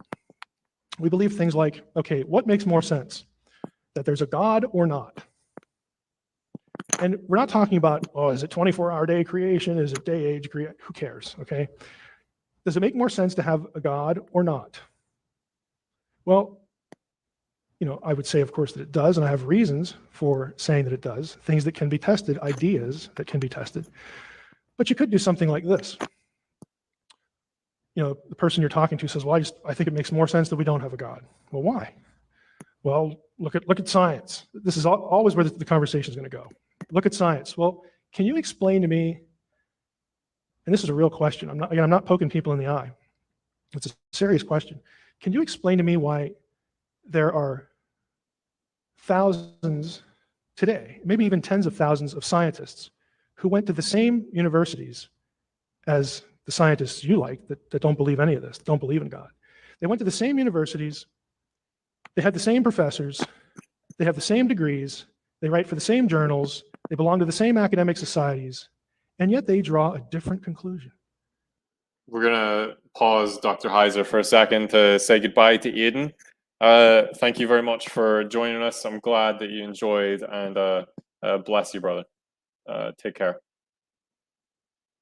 Can you explain why that is? I mean, think about the limited number of answers that person has now. Well, I just don't believe that. Well, walk them down to a Christian university and introduce them to the physics faculty. Okay, I mean, there's any number of places you can go. And yeah, there are that many, because if you go to the American Scientific Affiliation or the Council of Christian Colleges and Universities and look up all the schools that belong to that, and there's a few hundred of them, and let's say they each have, 10 scientists in all the fields of the sciences, do the math. Okay, it really is that many. It really is. It's easy for me to quantify my assertion. Well, I just don't believe that.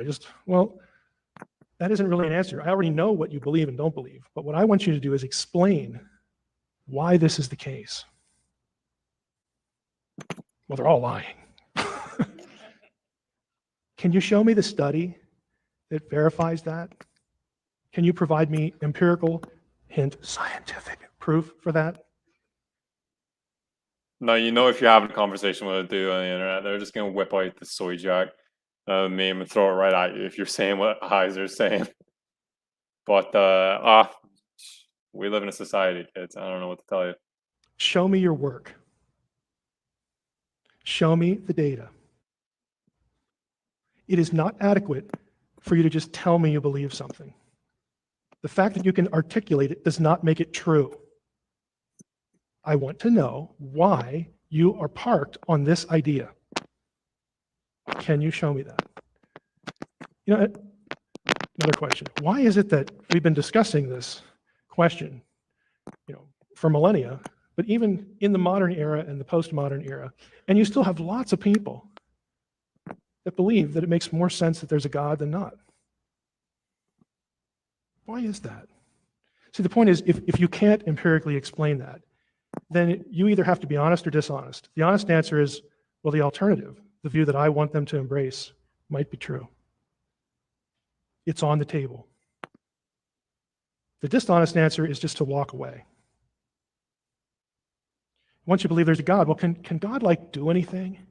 I mean, if we believe in a God and we talk about creation, and there's lots of scientists that believe God is creator, again, regardless of evolution or whatever, they're there, some really famous ones too.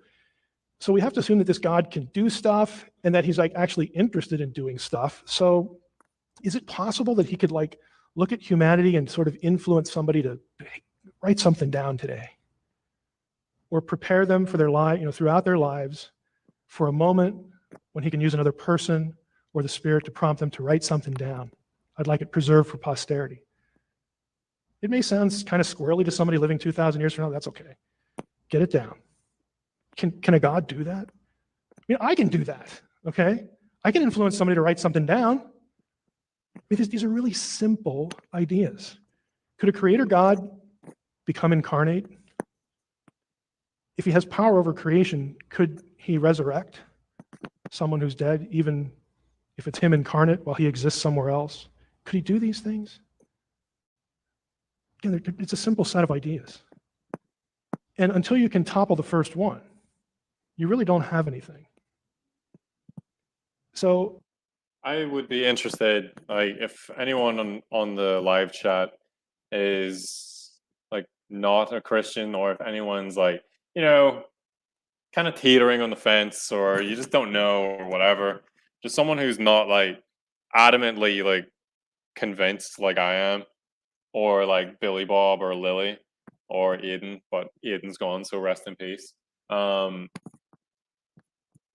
Like, what do you think of what Heiser's communicating? I would be interested in hearing that, but I'm just gonna go ahead and assume that the kind of people I'm looking for are probably not in my live chat. I'm like, that's cool, that's fine, you know. No one here wants to do a little trolling. That's cool, that's fine. It's all right. But lecture's nearly over, so we'll talk when like it's actually over in like a minute. again, postmodernism, when you go through it, it sounds kind of impressive, like they've really got you. You know, and the only reason that you feel that way is because you know that you don't know everything. So you feel like you got to go along for the ride. You don't. The fact that you don't know everything doesn't mean that you don't know anything. No one lives that way. Ask people to show you their work. Ask people to tell you how they live out what they believe. And again, don't be nasty about it. You're not trying to poke them in the eye. Get them to explain it to you. And probe them a little bit. Ask them questions. Have a conversation. I have to confess, I have no idea what time it is, so I'm going to end there. Wow, really ended it there. Frank, man was not joking. I'm going to end it there. Really just cuts it off. Ends it there. Okay. Cool, good stuff. Right, so that entire time we were watching a video that was uploaded by House Form Apologetics. I should have stated that at the very, very start. And like, I'll send a... Can I message this person at all by any chance? View email address? Yes. I can. I will send them a message, probably. Being like, hey, I live streamed your video. Hope you like it. Because I made your video like double its length. So Heist Form Apologetics has no idea that I live streamed his video, and we are going to do a little thank you right now, in spirit alone, because like I say, I'll send the messages in my own spare time. Thank you, Heist Form Apologetics. We appreciate everything that you've done to upload that video so that I could live stream it, and so that we together can celebrate and thank the Lord for the life and work of the late Dr. Michael Heiser. So that was the live stream, or at least that was the lecture. That was the lecture bit of the live stream. I'm probably going to keep going until we've hit the 2-hour mark. So if any of y'all want to give me any questions or comments that you have about the lecture that we've experienced so far, like Billy Bob's been here from most of this place, most of the time. He was not playing around. He really wasn't. Good old fashioned Heisey. We Heisies. Big old Michael. It was a good time. I liked it. It was a fairly good lecture. Wasn't bad. So if you have any comments you want to make or questions you want to ask, leave them down in the little live chat and let's discuss together. But until then, I'm just going to share my little mind, my little thoughts, my little 1, 2, 3, 4s. And I think that I would have liked a more thorough examination of what, postmodernism is, at least just definitionally. Because maybe My fucking landlord's really bloody loud up there, isn't she? I live underneath my landlord. She's being really freaking loud. What was I saying? I don't remember necessarily everything that Heiser was on about because my little, 6-year-old mind was all over the place sometimes. But if he provided a definition of postmodernism, the bit I remember is you don't simply one does not simply define postmodernism. 2007 meme. Cheers, Heiser. Cheers, Mike. And that's cool. That's fine. And so maybe you can't simply define postmodernism, but you can give it a good try. I would have liked at least a little examination on postmodernist philosophers and what they think. What are some of the major claims that provide the backbone behind everything else he proceeded to go on about? Because it seemed as though the main theme was, hey ho, certainty's out the window, and one does not simply know something. If that is what postmodernism is, and I'll just have to take his word for it, sure. Okie doke. I can see how there's like some real simple contradictions within there. What I would really like is the input of like a philosopher, like, hey, IP, we inspiring Jones, Michael Philosophy. If only he was here and I saw that beautiful glowing IP in the live chat, and he said, "Up, how does he sound?" I don't know what he sounds like. I don't know how he talks, but yeah, everything that Michael said was right. I am inspiring philosophy right now, and everything that Michael said was absolutely right. It was all completely true, and his examination and analysis of what postmodernism is on the button. Maybe not. I don't know. I think he said post-mod equals modern mind. So postmodern mind. Yes, he did say that. Thank you for helping me remember that. He did say that.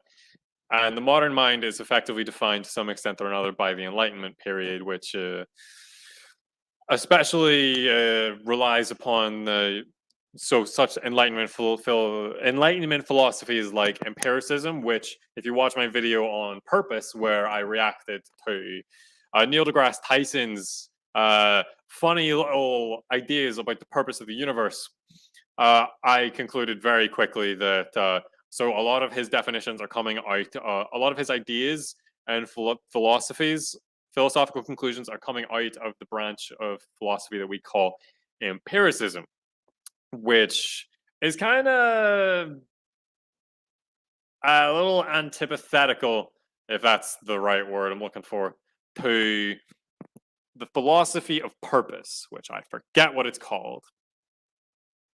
Because if everything that we know about the universe is experienced, if everything that is knowable is experienced through the senses, which is effectively, empiricism, then purpose is out the window because one cannot experience purpose through sense experience.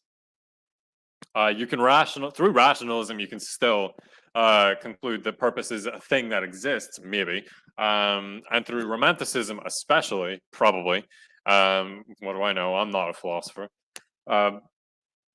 but Neil was concluding that basically from all his assumptions that the universe has no purpose, and go watch that video if you want to know more about that, because he made some bad arguments.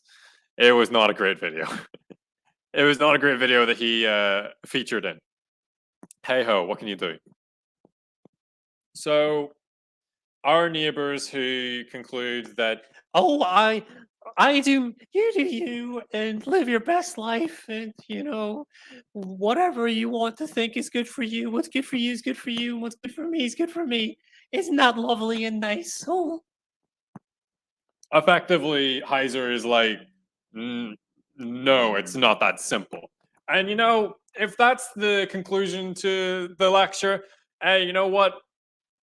I mean, I could have told you that in like a minute, but it's nice to see. So yes, you could have just concluded that in a minute. It's not hard, but it's better and more encouraging. You experience more encouragement and confidence when you can see why that is the case laid out right in front of you.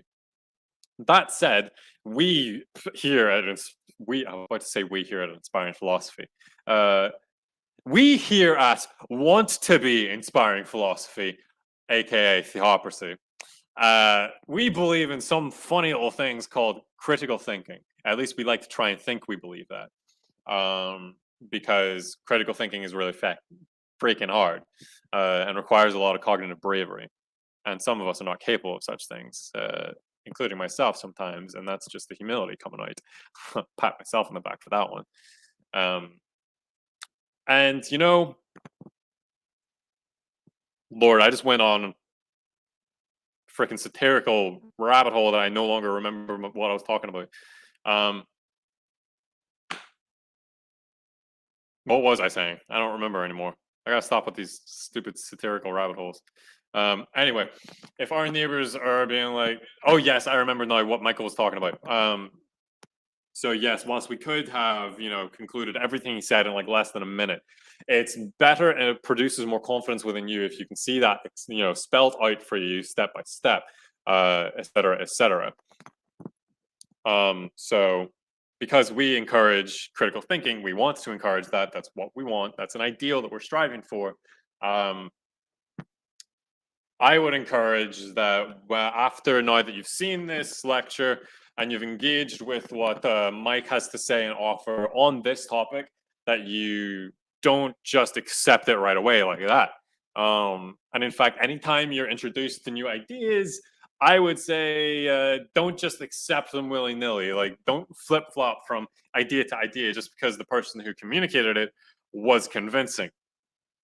Really sit with that for a long time. Like, and I would say that if you're an atheist, if you do not believe in God, I think the arguments for the, you know, existence, the plausibility for whether or not God exists, I think is very much in the, you know, strengths of Christianity. I think Christianity is true, absolutely. But that doesn't mean, even if I, the magician I am, provided you with the best arguments that you've ever seen, you just like a snorting line of really good arguments. That doesn't mean I think that you should change your mind like right here, right now. Actually, I would say you just remain an atheist for a while. Really sit with it. Really let that boil in you. Really let the stew simmer. And see whether or not, you know, Christianity is true, or were you just in that moment experientially convinced? I would say that if you're an atheist, I would say that if you're a Christian, don't be convinced just because you heard an atheist. Make a really good argument. Don't be convinced just because you heard a Christian. Make a really good argument. That is scriptural. That is stuff that you'll see, like the Apostle Paul, the apostles, Jesus, freaking flap their gums about all sorts of times when they're like, we scrutinize things over here. In this house, we don't just believe everything we hear. And, you know, the Apostle Paul, I think, is lauded for, you know, how much he scrutinizes and how much he encourages scrutinization and, you know, really proving what you think you believe. So, all that said, we are in the postmodern age. If that is the age we still live in, I don't know. Because I don't know what postmodernity is. The reality is that there's a lot going on. Who knows? I don't know. Anyway, that's that. My wife is walking through the front door right now. So I'm just gonna leave the live stream here. I hope you enjoyed, and I hope you got something from this. You were looking real pretty today. You were looking real fine, even. It was great fun and banter hanging out with you kids. Billy, Bob, good crack as always. Sorry, that was Irish slang. Good fun as always. Lily, thank you very much for joining us. James, even though you just got here right this second, you know, appreciate you anyway. And yeah. Thank God that he gives us the grace to question and doubt. I completely concur. We'll leave the live stream on Lily's beautiful little wisdom there that she just imparted with us. So bless yous and good night. See yous around. Goodbye. Come on, hurry up, leave. I don't want to be here anymore. Just goodbye. Come on, see yous. What are you doing? Goodbye. I don't want to be here anymore.